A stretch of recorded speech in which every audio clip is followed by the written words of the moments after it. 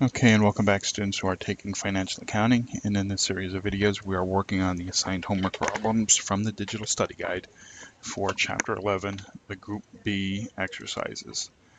Note, accounting is about understanding the concepts and applying that understanding to the situation at hand. If you get the application aspect wrong, that is one thing and is easily remedied by watching someone else work the problem. However, if you don't understand the concepts, that is a whole other thing. Watching a problem worked out will not help if you don't understand the underlying concepts. Go ahead and study the text material again and watch the theory videos. If you still don't understand the concepts, then either email or telephone an instructor to get help with that understanding. So we're on problem 26 here. Let me get there. Come on. There we go. Get my pen. All right, so it says here, and calculate certain investing and financing information from financial statements. So compute the following items for the statement of cash flows. 1. The beginning and ending retained earning balances are $29,000 and $8,000 respectively. The net income is $62,000. How much are the cash dividends? Right? To do this, it's easiest to work with a T account, right? So draw our T account, and we're going to call this retained earnings. So the beginning and ending balances are $29,000, and our ending balance is $80,000. Now, if you, without reading the rest of the problem, if you recall, what makes up retained earnings? You always have, your beginning balance, which is the profit from, all previous accounting periods. You add in your profit or loss, your net income or your net loss, and then you subtract out your cash dividends, right? And that gives you an ending balance, right?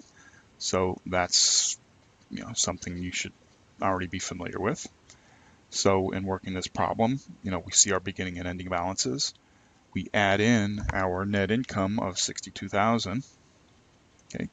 And if we want to know how much our cash dividends, well, cash dividends, we take that out of our retained earnings. So that's going to be a debit to the retained earnings.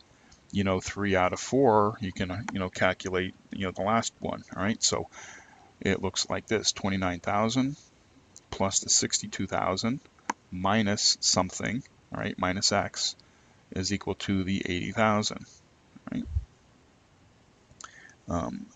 We do the math, right? We have 29,000 plus 62,000. That gives us 11,891, all right? And then we subtract out the 80,000, and that means our cash dividend is $11,000, okay? In case you didn't get that real quick here, let me just show you the math. 29,000 plus 62,000 minus X is equal to 80,000. Okay. If we want to isolate the X, we move it to the other side of the equal sign. So we have 29,000 plus 62,000 is equal to 80,000. And when we move the minus X over, it becomes a plus X. And then we have to do the, since we want to keep the X isolated, we have to move the 80,000 across the equal sign. So that's 29,000 plus 62,000 minus 80,000, all right? And it's minus because it's originally a plus 80, and when we move it across the equal sign, it becomes a minus 80, and that makes that equal to X. And so that's all we did, the math right there, okay, to end up with 11,000. All right, so go ahead and pause the video and write all of that down so I can work on number 2. All right. Now number 2.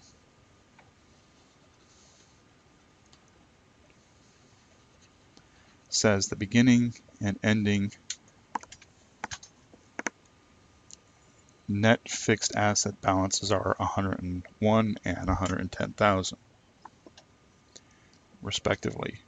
Depreciation expense for the period is 16,000 and acquisition of new fixed assets total 42,000. Fixed assets were sold at a $3,000 gain. What were the proceeds of the sale. Okay, so T account again, and we'll call that fixed assets. We had a beginning and ending balance, so 101,000, and our ending balance is 110,000. Tells us depreciation expense was 16,000. That's a credit. That's our accumulated depreciation. And we bought new fixed assets of 42,000. Okay. So we want to know what the book value of the asset sold was. So to do this, it's a two-step process. Okay. So we want to know what we have to figure out what the book value of the asset sold was. And I know I said that twice. All right, so we have the 101,000, right, plus the 42,000, minus the 16,000, minus some amount, which is equal to 110,000. Okay, we're figuring out what this book value of the asset sold is, right? And if we do the math, again, this 110 going across the equal sign will become a minus 110, and the X here will, that's what we're going to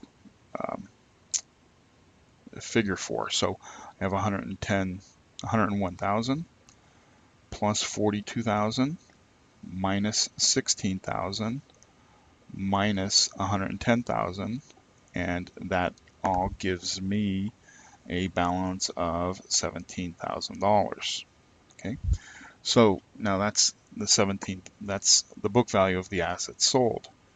But the question says the fixed assets were sold at $3,000 gain. What were the cash proceeds of the sale?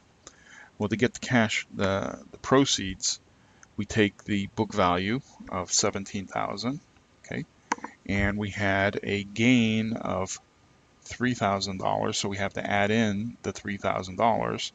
So the proceeds of the sale, the cash proceeds of the sale, was $20,000, right? It's just that simple, all right? Well, not that simple, but let me just erase just a little bit here, and I'm going to go over it from a higher level perspective. We're looking at our fixed assets. Okay, so we have a beginning balance. We know we have depreciation. We know that we bought new assets. Okay, and we have an ending balance. Right? Debits have to equal credits. No, I'm sorry, debits don't have to equal credits. We want to know what the book value of our assets sold was. Right, so that's going to be a debit. All right. I'm sorry, that's going to be a credit because we're selling those fixed assets, all right? The normal balance of a fixed asset is a debit. When we buy an asset, we're increasing it on the debit side. When we sell it, we're decreasing it on the credit side. So that's why we're looking for the book value of the asset sold. We do the math for all of those numbers and we come up with the 17,000, right? Now, that's fine, but the question says, what we're being asked is, what were the cash proceeds? The cash proceeds are not just the 17,000. Okay, the cash proceeds are the 17,000 of fixed assets that we sold plus the $3,000 gain. Okay, and that's how we end up with $20,000. All right. So that's it for this particular question. If you go ahead and watch the video again. And if you still don't understand something, feel free to contact an instructor.